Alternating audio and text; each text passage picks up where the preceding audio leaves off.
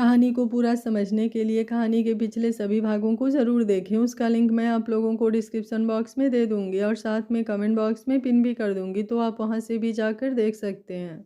ईसा अभी भी अग्निवीर के गले लगी हुई ही थी। वो पल बहुत हल्का था, बिना किसी शोर के, बिना किसी बड़े इजहार के, बस दो लोगों के बीच की चुप स्वीकृति जैसा।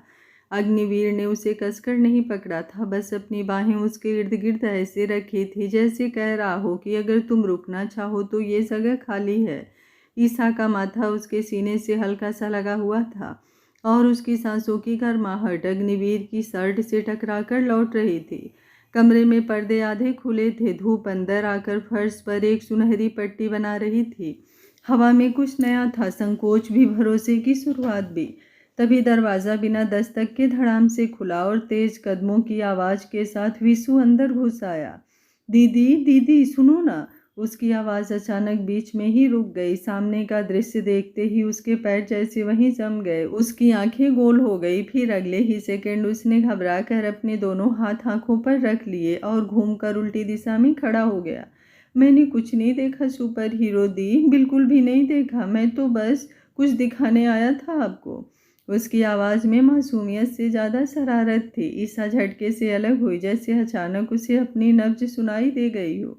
उसका चेहरा पल भर में गुलाबी हो गया और उसने तुरंत नज़र नीचे कर ली। उंगलियां आपस में उलझ गई। अग्निवीर ने एक गहरी सांस लेकर मुस्कान दबाई, फिर बिल्कुल सामान्य चाल से विशु की तरफ बढ़ा। अरे तुमने क्यों नहीं देखा? उसने ऐसे पूछा जैसे कोई बहुत सीधी बात हो। विशु ने उंगलियों के बीच से झांकने की कोशिश की, फिर खुद ही झेप कर बोला, आप दीदी को गले लगा रहे थे ना? हाँ, अग्निवीर ने सहजता से कहा। मैं तुम्हारी दीदी को एहसास दिला रहा था कि मैं अब उसके साथ हूँ। जैसे मैं तुम्हें गले लगाता हूँ वैसे ही। विशु ने धीरे धीरे हाथ नीचे किए, मगर अभी भी उसका चेहरा आधा दूसरी तरफ था। पर जब टीवी सीरियल में लोग ऐसे गले मिलते हैं ना, तो बाकी सब लोग देखकर शर्मा जाते हैं। अग्निवीर हल्का हंस पड़ा।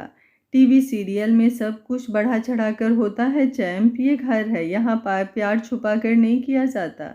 विशु ने सिर टेढ़ा कर सोचा, फिर पूछा, तो ये इसे प्यार करना कहते हैं? ईसा ने अनजाने में नज़र उठाई। उसकी आंखों में झिझक थी, पर वो भाग नहीं रही थी। अग्निवीर विशु के पास आया, झुककर उसके माथे को चूम लिया।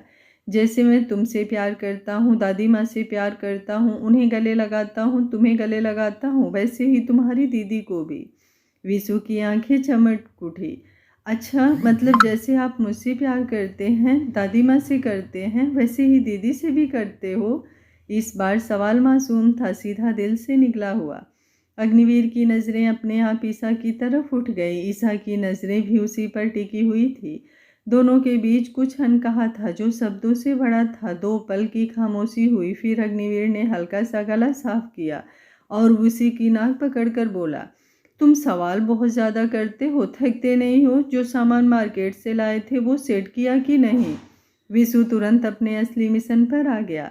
अरे नहीं, दीदी ने देखा ही नहीं तो सेट कैसे करूं? इसीलिए तो इन्हें बुलाने आया था। चलो ना दीदी, आपको दिखाना है मैंने क्या क्या लिया है।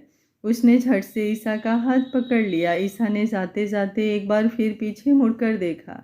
अग्निवीर वहीं खड़ा था, आंखों में वही स्थिर गर्माहट। उसने सामान्य आवाज़ में कहा, विशु का सामान देखकर एक कप कॉफ़ी ले आना मेरे कमरे में, ऑफिस निकलना है, मुझे थोड़ा काम है।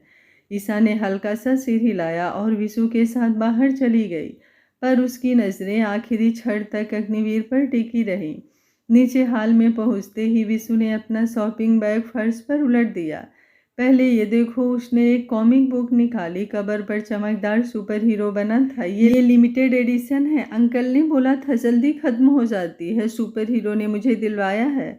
फिर एक रिमोट कार, फिर सुपर हीरो मास्क और रंग बिरंगा पानी की बोतल। हर चीज़ दिखाते वक्त उसका चेहरा ऐसे चमक रहा था जैसे दुनिया जीत ली हो। ईसा सोफे पर बैठी उसे देखती रही। उसके होठों पर हल्की सच्ची मुस्कान थी।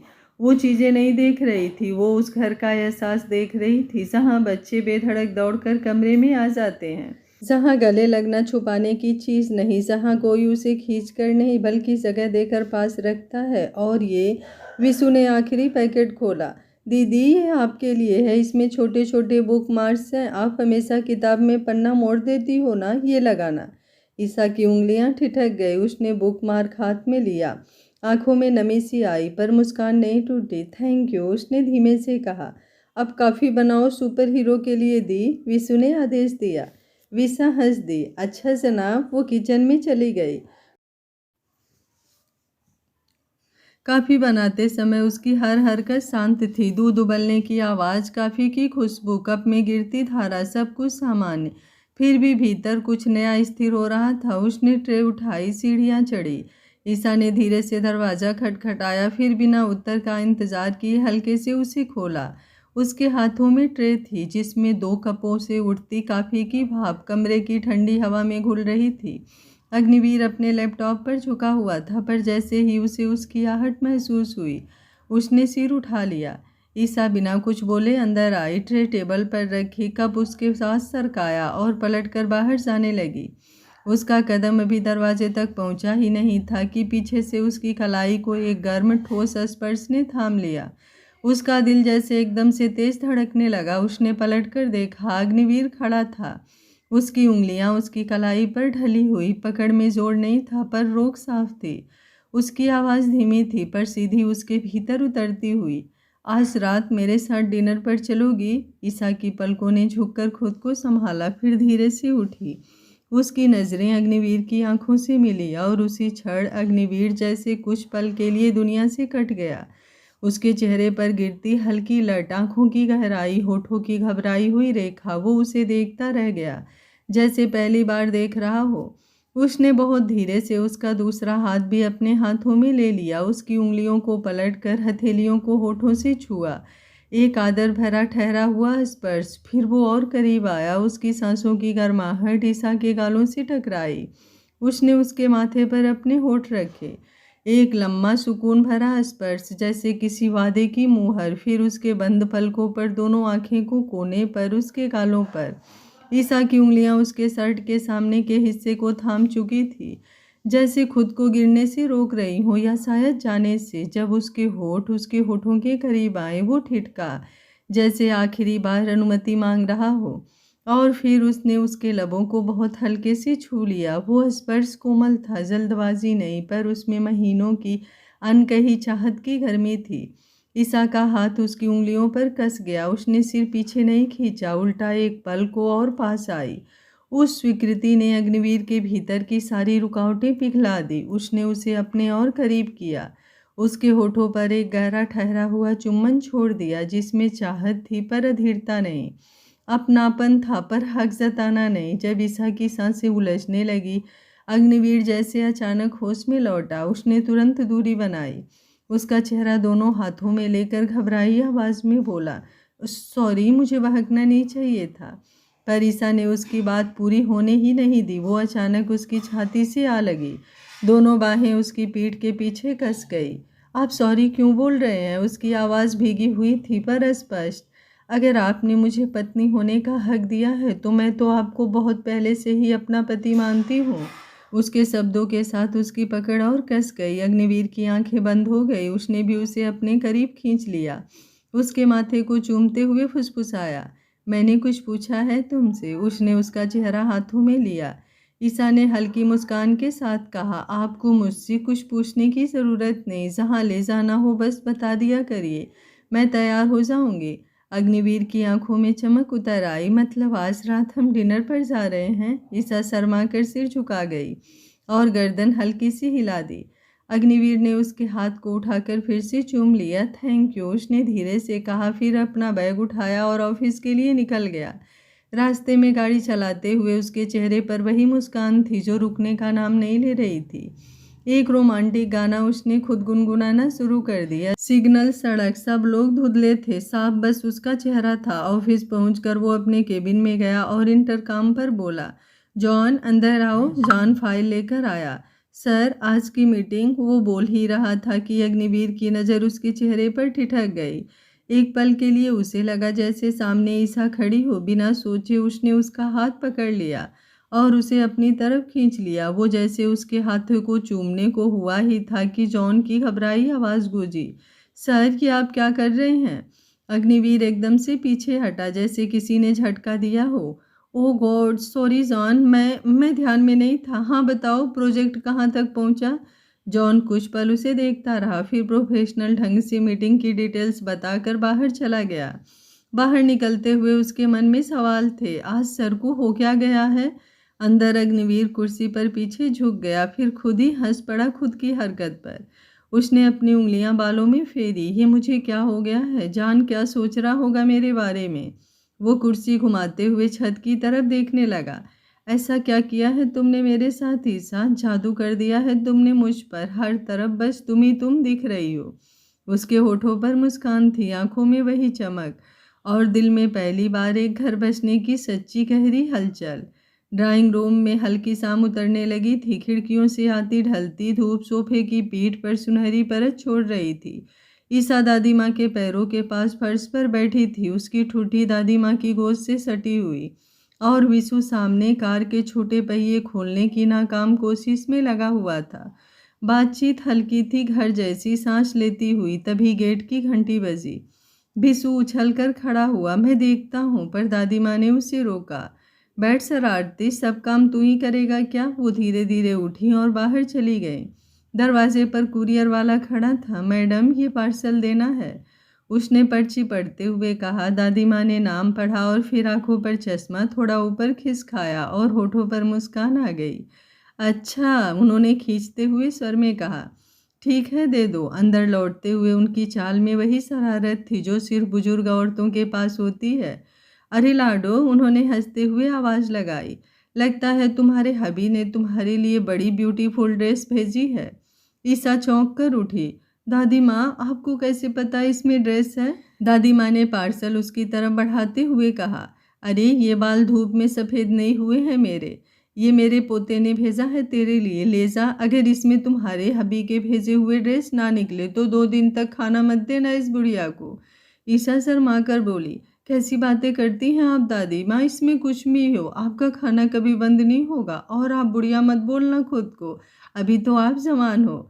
और ये कहकर वो उनके पैरों के पास घुटनों के बल बैठ गई, सिर उनकी गोद में रख दिया।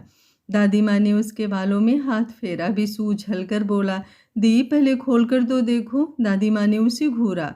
तुझे इतनी जल्दी क्यों है पार्सल खोलने की? तेरे सुपर हीरो ने तुझे शॉपिंग कराई थी, तू किसी को साथ ले गया था? नहीं ना, तो अब चुप बैठ। फिर उन्होंने ईसा की ठुड्डी उठाकर कहा, जा अपने कमरे में और देख ले तेरे हबी के क्या ऑर्डर हैं। ईसा ने पार्सल सीने से लगाया, आंखों में झिझक और मुस्कान साथ साथ, और अपने कमरे की ओर चली गई। दरवाज़ा बंद करके उसने कुछ पल उसे हाथों में थामे रखा, जैसे खोलते ही कुछ बदल जाएगा। फिर धीरे से पैकिंग खोली। अंदर रेड कलर की एक बेहद खूबसूरत वेस्टर्न ड्रेस थी, नरम कपड़ा, हल्की चमक, सलीके से तय की हुई, उसके साथ एक छोटी सी चिट्ठी। उसने कांपती उंगलियों से खोला। 8 बजे तक ये ड्रेस पहनकर तैयार रहना, मैं आऊँगा तुम्हें लेने। शब्द पढ़ते ही उसके गाल गर्म हो गए। उसे सच में लगा जैसे अग्निवीर सामने खड़ा है, वही शांत नज़र, वही धीमी आवाज़। उसने चिट्ठी सीने से लगा ली, फिर झटके से उठकर वॉशरूम में चली गई। पानी की धार उसके सिर से गिरती रही, पर उसके मन में बस वही पंक्ति गूंज रही थी, जल्दी से तैयार हो जाना। नहाकर निकली तो कमरे में हल्की ठंडक थी। उसने धीरे से ड्रेस उठाई। पहनते वक्त उसके हाथ कांप रहे थे। कपड़ा उसकी त्वचा से लगते ही उसे खुद पर यकीन नहीं हुआ। आईने के सामने खड़ी हुई तो एक पल को खुद को पहचान नहीं पाई। बाल खुले, चेहरा नहाने के बाद की ताजगी से चमकता हुआ, और वो रेड ड्रेस उस पर जैसे बनी ही उसी के लिए हो। उसने खुद को देखने से भी झिझक महसूस की। आंखें नीचे झुका ली, फिर धीरे से मुस्कुरा दी। नीचे ड्राइंग रूम में विशु फिर से बेचैन हुआ। दादी माँ, मैं जाकर देखूं दी को क्या भेजा है सुपर हीरो ने। दादी माँ ने उसे पास बुलाया, गोद में बिठाया। पहले एक बात बता, उन्होंने उसके गाल दबाते हुए कहा। तू चाहता है ना तेरी दी हमेशा खुश रहे? विशु ने तुरंत उसके गाल पर पप्पी दी। दादी माँ, मेरी सबसे बड़ी इच्छा यही है। और तू चाहता है ना तेरी सुपर हीरो तेरी दी को दिल से बहुत सारा प्यार करे, उसकी केयर करे, उसका सम्मान करे। हाँ, तो बस समझ ले तेरी खुशियों की शुरुआत हो चुकी है। तेरे सुपर हीरो और तेरी दी एक दूसरे को समझने लगे हैं। अब हमें उन्हें थोड़ा अकेला छोड़ना होगा ताकि वो एक दूसरे के साथ वक्त बिताएं। विशु ने धीरे से सिर हिला दिया। दादी माँ हंसी। विशु के दिमाग को डाइवर्ट करने के लिए वो उससे मजाकिया अंदाज में बोली, अरे मेरा ये गाल बोल रहा है कि तुमने दूसरे वाले को किस्सी दिया और इसको नहीं। विशु हैरान हुआ और फिर हंसते हुए बोला, गाल भी बोलता है क्या दादी माँ? हाँ बिल्कुल बोलता है। जब तेरे दादाजी इस गाल पर किस करते थे ना तो ये वाला नाराज हो जाता था। दादी माँ ने दूसरा गाल आगे किया। विशु हंसते हंसते दोनों गालों पर पप्पी देकर उनसे लिपट गया। दादी माँ आप बहुत अच्छे हो, बहुत ज़्यादा अच्छे। दादी माँ ने उसे कसकर सीने से लगा लिया। ऊपर कमरे में ईसा ने हल्का सा मेकअप किया, फिर आखिरी बार आईने में खुद को देखा। दिल की धड़कन अब भी तेज थी पर उसमें डर नहीं, इंतजार था। बाहर आकाश में शाम पूरी उतर चुकी थी और घर के अंदर किसी नई कहानी की शुरुआत की आहट गूंज रही थी। उधर अग्निवीर अपने केबिन से बाहर निकला तो उसके चेहरे पर ऐसी मुस्कान थी जो लाख कोशिशों के बाद भी छुपने को तैयार नहीं थी। वो फाइल हाथ में लिए कॉरिडोर से गुजर रहा था, पर उसकी चाल में आज ऑफिस वाला रौब कम और किसी किशोर लड़के जैसी हल्की उतावली ज़्यादा थी। रिसेप्शन पर बैठी रीमा ने उसे देखा तो दूसरी लड़की के कान में फुसफुसाई, आज सर बहुत खुश लग रहे हैं। किसी ने पहली बार नोटिस किया कि वो चलते हुए हल्का सा गुनगुना भी रहा है। मीटिंग रूम के पास खड़े दो सीनियर स्टाफ ने एक दूसरे को देखा। ये वही अग्निवीर था जो आमतौर पर सीधा संयत काम में डूबा रहता था। आज उसकी आंखों में काम नहीं, किसी का इंतजार चमक रहा था। उसने घड़ी देखा, 7:55। उसके कदम अपने आप तेज हो गए। घर पर 8 बजने में कुछ मिनट थे। ईसा अपने कमरे में खड़ी थी। रेड ड्रेस उसकी शरीर पर ऐसे ढली थी जैसे कपड़ा नहीं, किसी एहसास की परत हो। आईने में खुद को देखकर उसका दिल धड़क उठा था। बाहर से गाड़ी का हॉर्न सुनाई दिया। उसका गला सूख गया। आ गए, उसने बहुत धीमे खुद से कहा। नीचे जाने का ख्याल आते ही उसके कदम ठिठक गए। दादी माँ ने देख लिया तो, विशु ने कुछ पूछ दिया तो। वो दरवाजे तक आ गई, फिर वापस आई और फिर से दरवाजे तक गई। नीचे ड्राइंग रूम में दादी माँ सब समझ चुकी थी। उन्होंने खिड़की से बाहर झांक कर अग्निवीर की गाड़ी देख ली थी। वो समझ गई थी दोनों कहीं जा रहे हैं। मुस्कान दबाते हुए उन्होंने विशु का हाथ पकड़ा। चलो, मैं बहुत थक गई हूँ, मेरे कमरे में चलो, आज हम वहीं आराम करेंगे और तुम्हें अच्छी अच्छी कहानियाँ सुनाऊंगी। विशु ने पूछा भी नहीं, बस उनके साथ चला गया। जाते जाते दादी माँ ने एक बार सीढ़ियों की तरफ देखा। उनकी आंखों में दुआ थी, छेड़ नहीं। ईसा ने धीरे से दरवाज़ा खोला, सीढ़ियों से नीचे उतरी। हाल खाली था। उसने राहत की सांस ली और जल्दी जल्दी दरवाजे की तरफ कदम बढ़ा दिए। बाहर गाड़ी के पास खड़ा अग्निवीर उसे आते हुए देख रहा था। कार की हेडलाइट की हल्की रोशनी में वो सचमुच ठिठक गया। रेड ड्रेस, खुले बाल, चेहरे पर हल्की घबराई चमक। वो कुछ सेकंड उसे बस देखता रह गया। ईसा जल्दी में थी। जैसे ही उसने दरवाज़ा खोला और बाहर कदम रखा, उसका पैर ड्रेस के हेम में उलझ गया और वो आगे को डगमगाई। अग्निवीर झटके से आगे बढ़ा और उसे अपनी बाहों में थाम लिया। इतनी हड़बड़ी किस बात की है? उसकी आवाज़ में डांट नहीं बल्कि हल्की मुस्कान थी। ईसा ने होठ काटते हुए कहा, अगर दादी माँ ने इस ड्रेस में देख लिया तो मुझे छेड़ेंगी वो। मैं साड़ी ही पहन लेती, ये ड्रेस लाने की क्या ज़रूरत थी? अग्निवीर ने उसे थोड़ा दूर कर फिर पास खींचकर सिर हल्का सा झुकाकर कहा, अगर ये ड्रेस तुम्हारे लिए नहीं लाता तो कैसे देखता तुम्हें ऐसे? इतनी खूबसूरत लग रही हो। मुझे भी तो हक है अपनी बीबी को सरप्राइज़ देने का, उसकी खुशी का ख्याल रखने का। ईसा की नज़रें झुक गई। उसके गालों की गर्मी ठंडी हवा में भी महसूस हो रही थी। चलें, उसने धीमे से कहा। वो आगे बढ़ी, फिर हल्का सा डगमगाई। अग्निवीर ने फिर थाम लिया। उसने मुस्कुराते हुए उसके चेहरे पर आए बाल को पीछे किया। तुम जब भी गिरोगी मैं संभालने को तैयार हूँ, पर मैं चाहता हूँ कि तुम्हें गिरना ही ना पड़े। उसके माथे पर एक कोमल चुम्बन रखकर उसने उसे अपनी गोद में उठा लिया। ईसा हड़बड़ाकर बोली, आप ये क्या कर रहे हैं? कोई देखेगा तो? तो क्या हुआ? हम लोग ऑफिशियली पति पत्नी हैं। क्या तुम मुझे अपना पति नहीं मानती? ईसा ने नज़रें झुकाकर अपने दोनों हाथ उसकी गर्दन पर लपेट लिए। अग्निवीर के चेहरे पर लंबी सी मुस्कुराहट आ गई। कुछ बातें कहने की ज़रूरत नहीं होती है, सिर्फ एहसास ही काफ़ी होते हैं। लेकिन अभी भी अग्निवीर को इंतज़ार था ईसा के खुलने का, अपने दिल की बातें उससे बांटने का। अग्निवीर ईसा को कार के पास लाकर सीट पर बिठा दिया। ईसा का दिल धड़क रहा था। उसके स्पर्श में जल्दबाजी नहीं थी, बस सहेजना था। वो दूसरे साइड आया, दरवाज़ा खोला, फिर झुककर बोला, सीट बेल्ट लगा लो। ईसा ने सीट बेल्ट उठाई पर समझ नहीं पाई। वो झिझक गई। अग्निवीर ने झुककर उसके ऊपर आया, बेल्ट निकाल कर क्लिक किया। उस एक पल में उनकी सांसें टकराई। उसके इत्र की हल्की खुशबू, उसकी त्वचा की गर्मी। अग्निवीर का दिल तेज हो गया था। उसकी नज़रें अनायास उसके लबों पर गई। वो थोड़ा और झुकने ही वाला था कि ईसा ने फुसफुसाकर कहा, हम बाहर हैं। अग्निवीर जैसे अचानक होश में आया। उसने हल्की मुस्कान के साथ सिर हिलाया, अपनी सीट पर बैठा, सीट बेल्ट लगाई और गाड़ी स्टार्ट कर दी। सड़क पर गाड़ी सरकती चली गई। बाहर शहर की रोशनी, अंदर दो दिलों की धड़कनें। कुछ देर खामोशी रही, मगर वो असहज नहीं थी। अग्निवीर ने धीरे से कहा, नर्वस हो? ईसा ने खिड़की से बाहर देखते हुए सिर हिलाया, थोड़ा सा। मैं हूं ना, उसने बहुत साधारण लहजे में कहा, जैसे कोई बड़ी बात ना हो।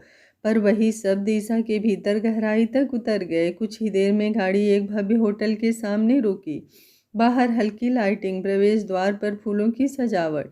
गेट खुला, गाड़ी अंदर गई। ईसा ने हैरानी से चारों तरफ देखा। अग्निवीर उसे लेकर अंदर आया तो ईसा के कदम अपने आप धीमे पड़ गए, जैसे वो किसी हकीकत में नहीं, किसी सजे हुए ख्वाब में चल रही हो। हल्की सुनहरी रोशनी पूरे हाल में फैली थी। हर टेबल पर सजी मोमबत्तियां जैसे हवा से नई एहसासों से जल रही थी। छत से झूलते क्रिस्टल लाइट्स की चमक उसकी आंखों में उतर रही थी। वो चारों तरफ देख रही थी। दीवारों पर फूलों की महीन सजावट, दूर हल्का सा लाइव इंस्ट्रूमेंटल म्यूजिक, और इन सब के बीच सन्नाटा। ऐसा सन्नाटा जो खालीपन नहीं, निसीपन देता है। वो बोलना चाहती थी पर शब्द जैसे गले में अटक गए थे। अग्निवीर उसकी आंखों में वो हैरानी देख रहा था जो किसी बच्चे की आंखों में पहली बार समंदर देखने पर होती है। उसने हल्की मुस्कान के साथ पूछा, क्या हुआ, तुम्हें पसंद नहीं आया? ईसा झट से उसकी तरफ देखी, फिर तुरंत नजरें झुका ली। नहीं, बहुत सुंदर है सब। उसकी आवाज़ इतनी धीमी थी कि जैसे वो इस माहौल की शांति को भी चोट नहीं पहुंचाना चाहती।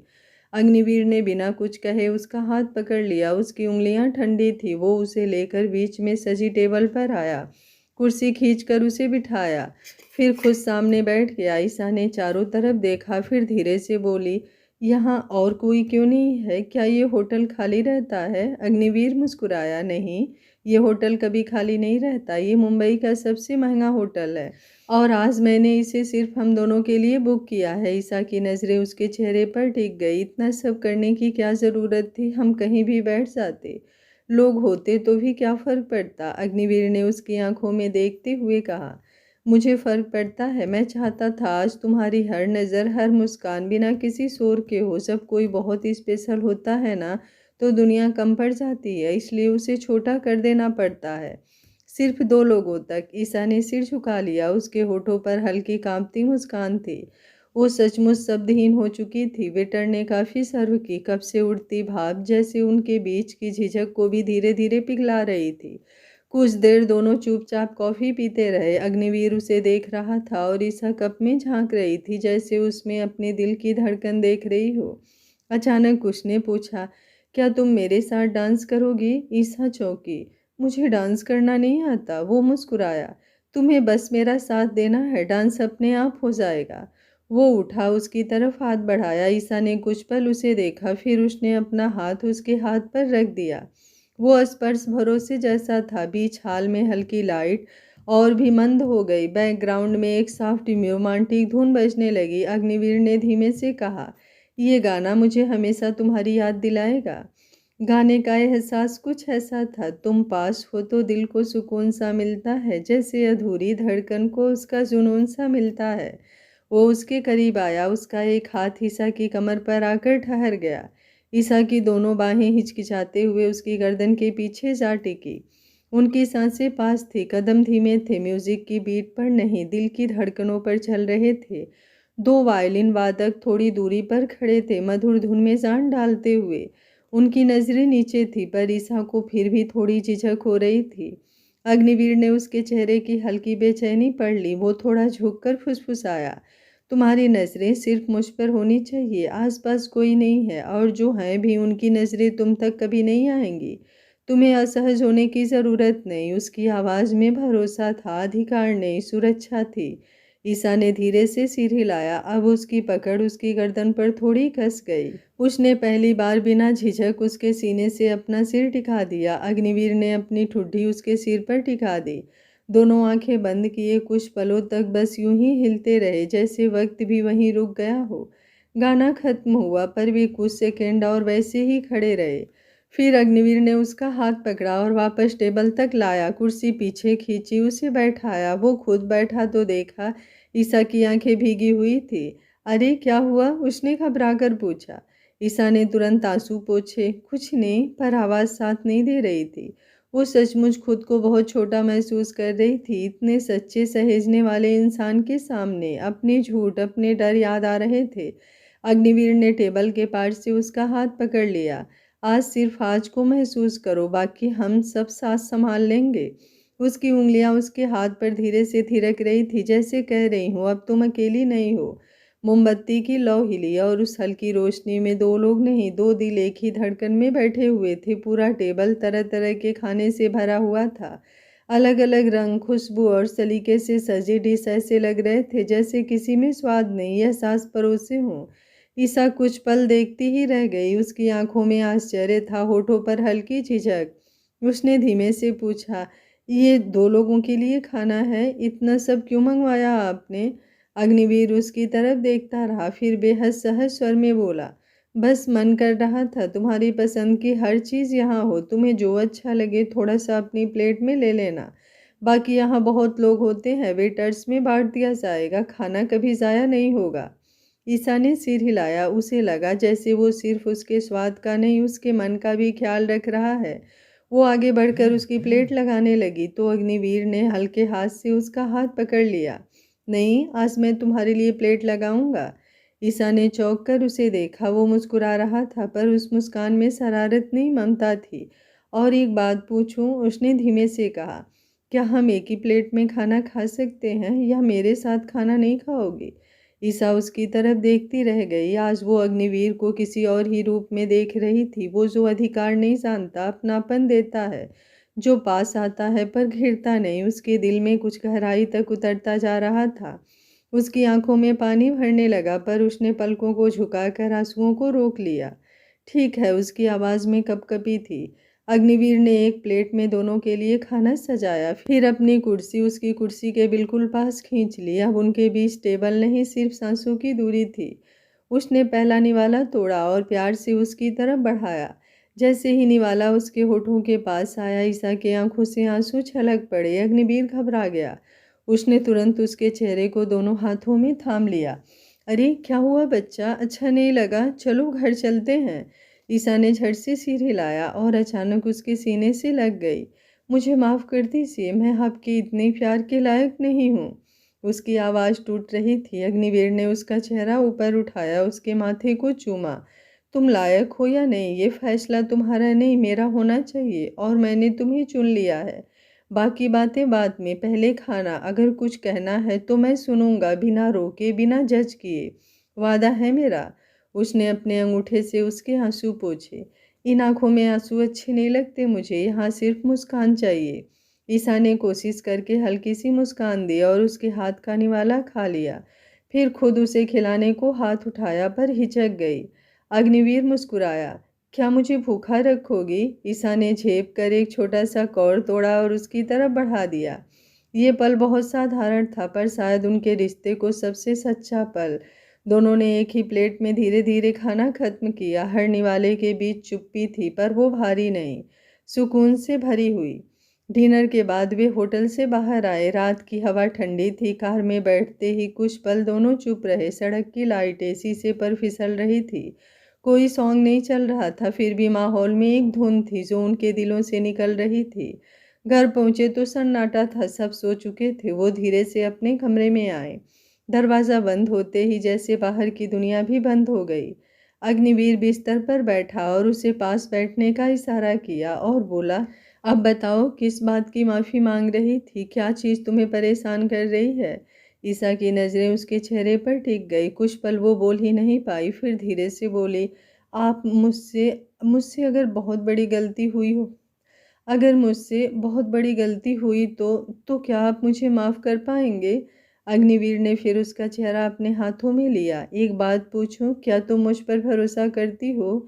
ईसा की आंखें भीग गई, पर इस बार आंसू गिरे नहीं, खुद से भी ज़्यादा। तो फिर माफ़ करना या ना करना ये मुझ पर छोड़ दो। तुम बस सच कहो, जो भी है मैं सुनने को तैयार हूँ।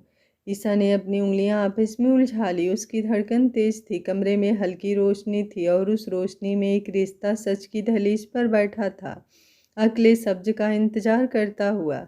आज का पार्ट आप लोगों को कैसा लगा? कमेंट बॉक्स में अपनी राय ज़रूर दीजिएगा। अगर मेरे द्वारा लाई गई कहानियाँ आप लोगों को अच्छी लगती हैं तो वीडियो को एक लाइक ज़रूर करिएगा। Thank you for watching. मिलते हैं कहानी के अगले भाग में। तब तक स्वस्थ रहिए, मस्त रहिए, अपना ख्याल रखते रहिए।